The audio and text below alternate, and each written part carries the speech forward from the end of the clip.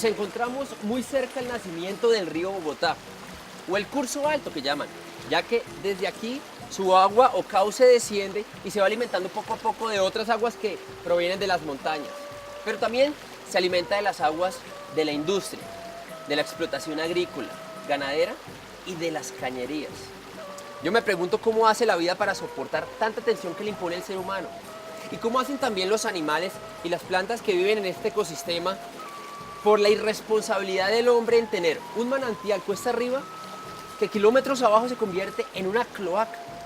Bueno, esas son las preguntas que todos nos hacemos, pero que los investigadores de la Universidad de Ciencias Aplicadas y Ambientales intentan responder.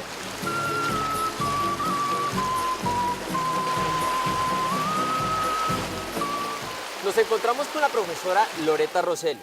Ella es líder del Grupo de Sostenibilidad Ambiental de la Universidad de Ciencias Aplicadas y Ambientales. Profe, bienvenida a Deja tu huella en el ambiente. Para mí es un honor, pues, a toda la gente que nos está viendo. Y quisiéramos conocer, profe, ¿ustedes por qué decidieron arrancar una investigación sobre el río Bogotá? Sobre el río Bogotá se ha dicho mucho, se ha hecho mucho, pero sobre todo lo que conocemos es su contaminación y el hecho de que es un ecosistema como muerto. Pero cuando empezamos a buscar información sobre la vegetación, sobre la vida del río, sobre las aves, en realidad no encontramos nada. Por eso nos llamó la atención estudiar a lo largo de la parte alta del río Bogotá cuáles son las aves y la vegetación asociada, incluido también la parte de calidad de agua y contaminación que encontramos en el río, tratando de, digamos, ligar o ver la interacción entre diferentes variables ambientales, que es lo que buscamos desde la Facultad de Ciencias Ambientales.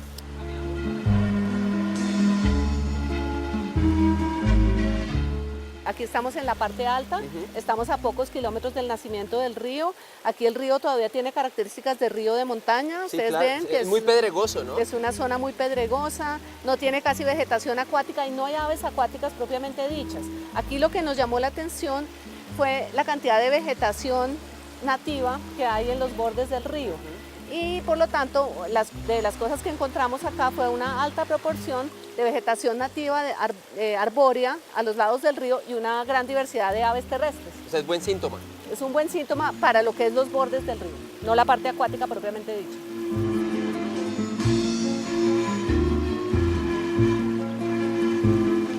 Una gran problemática acá en la parte arriba de la cuenca es que este río está experimentando un nivel de sedimento muy alto.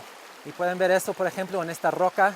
Y acá toda esta parte estaba enterrada en el sedimento. Y el significado de eso es que la vida acuática no puede existir en estas partes. La verdad es que por todo el mundo el sedimento es el contaminante número uno.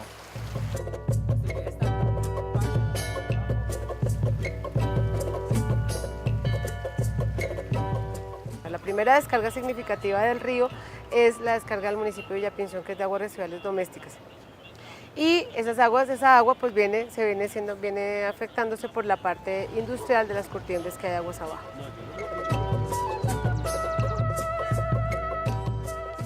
Los desechos industriales normalmente están asociados con más contaminantes como minerales, mientras que los desechos domésticos tienen más una contaminación orgánica. Entonces, y tenemos de los dos. Pues hoy también nos encontramos con Natalia Sánchez. Ella es estudiante de pregrado de la Facultad de Ciencias Ambientales de la Universidad de Ciencias Aplicadas y Ambientales y también miembro del Grupo de Sostenibilidad Ambiental. ¿Cómo estás, Natalia? Bien, muchas gracias. Pues bienvenida aquí a Deja tu huella en el ambiente y nos gustaría que nos contaras más o menos en esta parte del río por qué cambió su color y por qué huele tan fuerte. Bueno, el principal problema del río en este punto, como tú puedes ver, es que está lleno de curtiembres a su alrededor, las cuales generan vertimientos puntuales, principalmente de metales pesados que afectan toda el agua. Además, pues ya veníamos de Villapinzón, ¿sí? Y pues lógicamente los vertimientos domésticos, todo lo que proviene de los hogares y eso también cae directamente al río, es un vertimiento directo. Y pues aquí, a diferencia del primer punto, vemos que ya la vegetación de la ronda no existe, sí. Está totalmente deforestado, entonces eso también afecta, generando aún más sedimentación de la que veíamos arriba.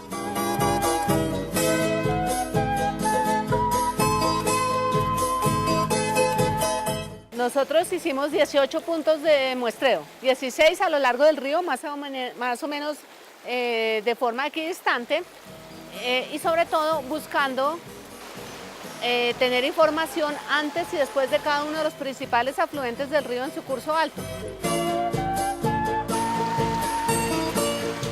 Medimos, por ejemplo, la carga de contaminantes en los bichos acuáticos y podemos medir eso en las aves también y otros consumidores terrestres. Y usando esas dos técnicas podemos cuantificar la cantidad y la carga de contaminantes que se encuentra, o sea, que sale del agua hacia la zona terrestre. El río Bogotá es la columna vertebral de un complejo sistema hídrico que drena las aguas de la Gran Sabana que hoy se conoce por su nombre. Un flujo que crece con las aguas vertidas de cientos de afluentes que bajan de la cordillera oriental.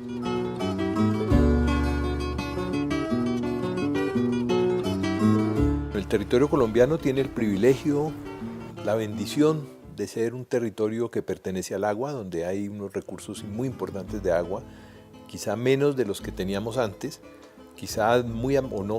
seguramente muy amenazados por distintos procesos, pero sigue siendo un territorio en donde somos ricos en aguas atmosféricas, somos ricos en aguas superficiales y también somos ricos en aguas subterráneas, pero por supuesto estos son recursos limitados que hay que cuidar muchísimo porque si no también pueden agotarse.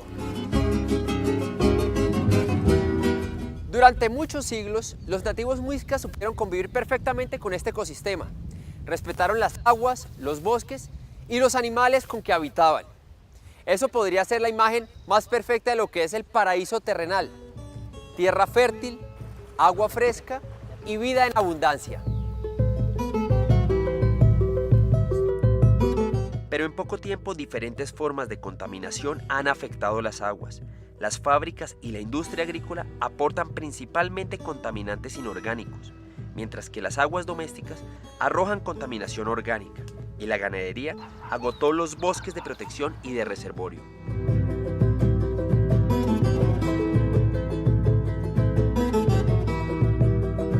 Por la industria que hay en estos municipios como Tocancipá, ya empieza otra vez a verse la afectación.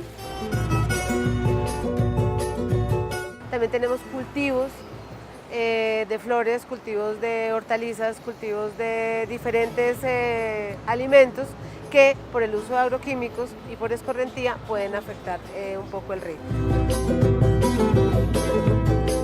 En Cajicá hay unos sitios, zonas que nuevamente vuelven a ser interesantes, biodiversas a nivel, digamos, de la avifauna que encontramos, pero ya a la entrada de Bogotá en Cota, digamos que ya la contaminación es bastante notoria, como ustedes mismos van a ver.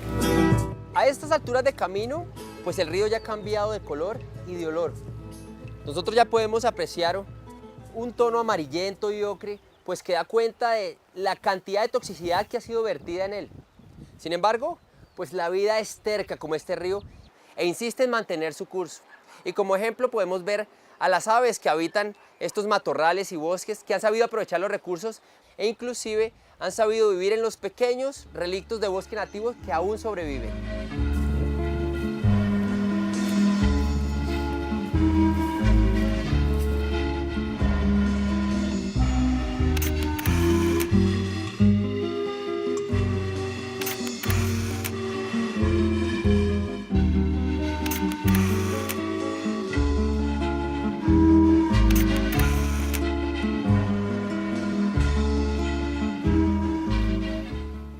Tenemos unas poblaciones muy importantes de aves, inclusive que están amenazadas en el país a lo largo del río. El río es un sitio muy importante todavía para la conservación de aves acuáticas. En particular, la tingua de pico verde o tingua moteada, Gallinula melanops, es una subespecie endémica a la sabana de Bogotá. Es una especie amenazada a nivel nacional en el libro rojo de aves amenazadas de Colombia. Y encontramos la población más grande del mundo de esta tingua en el río Bogotá. Y otra cosa que fue bastante sorprendente es la cantidad de patos migratorios, barraquetes o cercetas que habitan el río durante todo el año, inclusive también en la época no migratoria.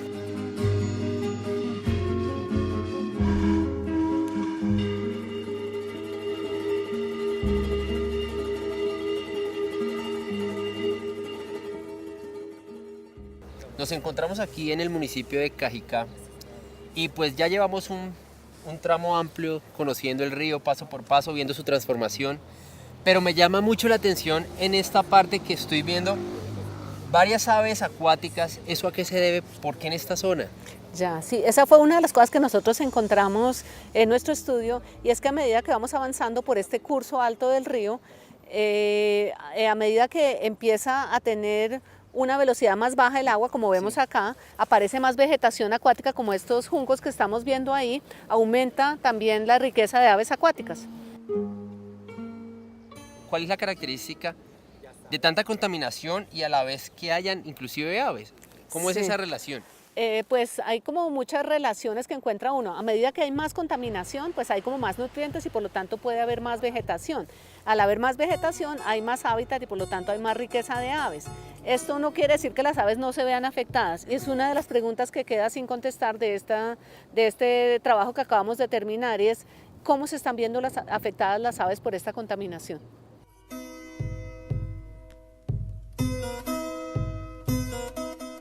Agobiado por la carga de impurezas, ahora entrará el río a la gran ciudad. Pero no llega colmado de agua pura, transparente y fina proveniente de los páramos, no. Viene lleno de desagües, de desechos, de la industria y de nuestros hogares, que todos son drenados por su cauce. Y es que seríamos más o menos unos 8 millones de personas de espaldas a nuestro río y de frente a nuestra propia destrucción.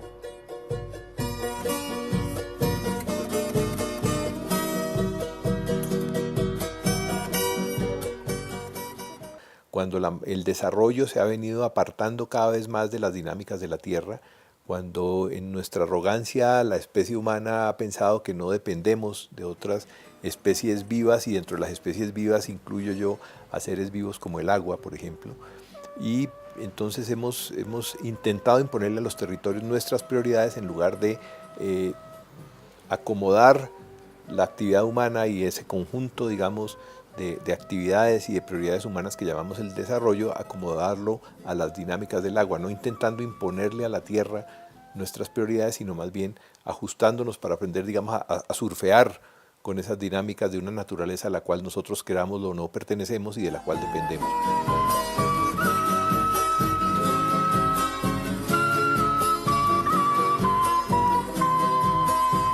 Es muy importante que la gente entienda que las fuentes hídricas que hay son escasas. Fenómenos como el Niño, que hoy está sufriendo una situación compleja en una región con tanto potencial hídrico, pues es ilógico, porque la abundancia no la estamos sabiendo aprovechar.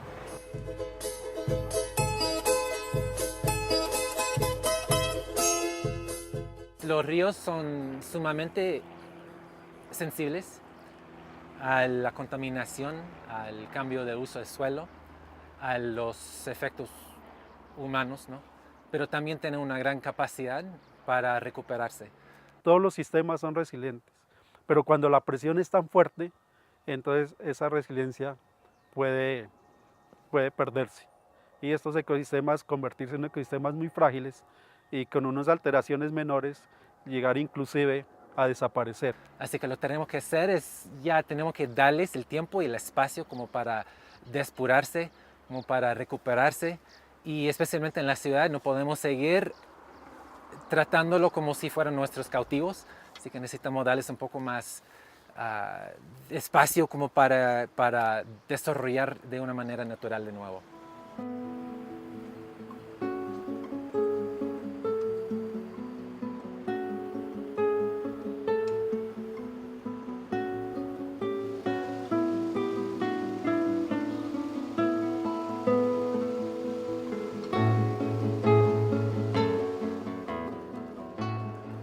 Hoy estamos sentados las instituciones pensando en uno solo, en un nuevo arreglo institucional que nos va a permitir orientar los esfuerzos, no solamente en materia financiera, en materia de infraestructura, sino también de investigación. La academia juega un papel fundamental en este proceso, las nuevas patentes, las nuevas formas de poder orientar este proceso de descontaminación. A través de los laboratorios y a través de las tesis de investigación y a través de todo el trabajo que hacen las universidades, realmente nos contribuyen muchísimo con datos para nosotros poder tomar a veces hasta medidas de control o políticas ambientales para el tema. Buena parte del agua que tomamos en Bogotá es tomada de la parte alta de la cuenca del río Bogotá. La planta de Tibitó tiene que ser cerrada durante buena parte del año por los altos niveles de contaminación que está recibiendo. Para eso el ministerio está sacando diferentes normatividades que van a permitir el control de muchas de las acciones de contaminación del río.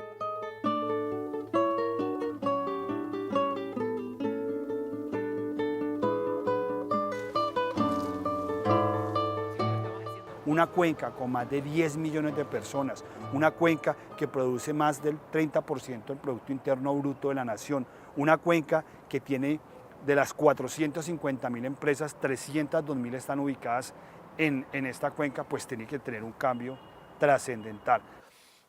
Y que nuestro gran desafío de supervivencia y de calidad de vida, sobre todo en el escenario del cambio climático, es precisamente construir una cultura anfibia versión siglo XXI que permita seguir accediendo a todas las ventajas y a todo lo positivo del desarrollo, pero sin destruir nuestra base ecológica y sin que los territorios pierdan su estructura ecológica principal.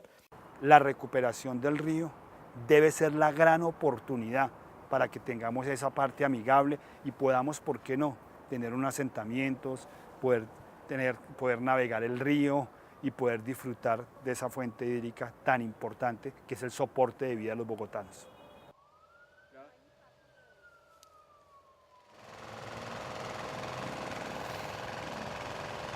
Un río protegido por las leyes, pero no por la cultura de la comunidad.